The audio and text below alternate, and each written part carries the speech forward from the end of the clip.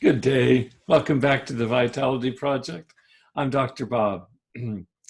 Yesterday, we took a moment or two to just to take notice of any positive or even potentially positive, potentially beneficial shifts in our behaviors or even in our attitudes that may have come about as a function of all of us being placed upon quarantine during this time of the virus pandemic.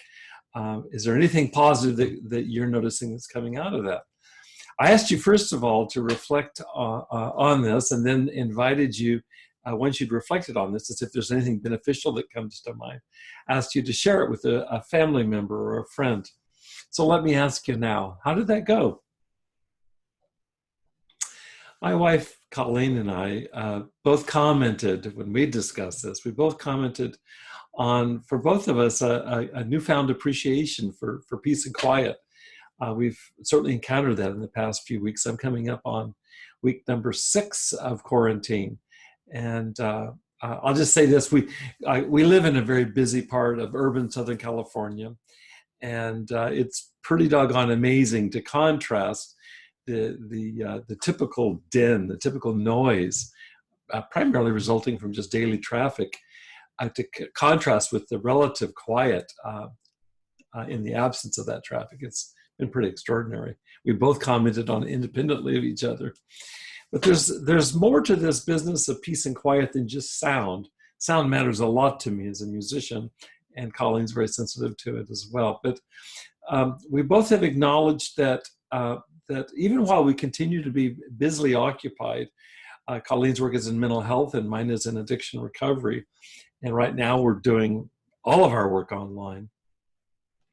That even while we're busily occupied, respectively, in that work, we've both slowed down at the same time considerably in some other ways that are valuable to us. Perhaps the most obvious way for both of us that we talked about yesterday and today is that you just completely knock out the drive time that we're both so used to. In fact, kind of sad to say we've become inured to it.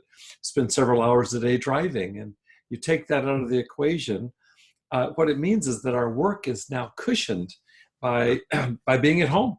And I was working earlier today, and I came out, and Colleen was doing some cleaning, and the opposite was the case yesterday. I was doing some cleaning outside. So whether it's cleaning or just relaxing and reading or talking to one another, there's a buffer between our work and getting on the freeway, getting in the car, and getting on the road. And it amounts to several hours a day that we've gotten back. And I have to tell you what a difference that makes. I'd like to give you a homework challenge for today. Why not pause yourself for a moment to see if you're finding any fruitful ways specifically to do what I'm talking about that my wife and I have discussed, which is to dial back. Even amidst the stress it's completely universal right now. We all have different versions of stress right now, but are you finding ways to dial back? And even if this doesn't apply to you, not being able to dial back, I think everybody's circumstance is different. Thinking of my daughter Amanda, when she's homeschooling 4 kids right now, it'd be hard for me to feel okay about talking about her dialing back right now. But let me ask this.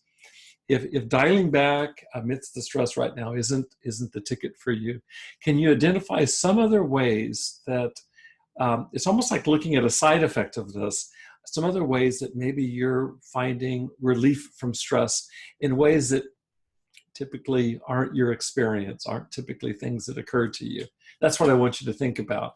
And if you're able to identify some kind of stress relieving side effect of the quarantine that we're all under right now, if you're able to do that, don't force it. But if you're able to come up with that, then I want to give you even a bigger challenge, and that is, can you begin to imagine into maintaining any elements of what it is that you found positive, what it is that you've discovered to be helping you to reduce stress? Can you begin to think and imagine and even plan, dare I say commit to maintaining that change in your routine, not just now, but into the future beyond the quarantine? That's the homework for today, just to allow ourselves to imagine into how we might be able to sustain some things that we've gained here, perhaps that have been beneficial. We're trying to find any ways of managing stress right now, including, as we talked about last week, making lemonade out of lemons, and that's the spirit of this right now. Not to diminish or to minimize the suffering, the tragedy of the virus pandemic. It's not to minimize it at all. It's our trying to find, even amidst this, a means of resourcefulness. And I hope this can encourage you to think similarly. Thanks for joining me today here at the Vitality Project. Stay safe, be well, and I'll see you tomorrow.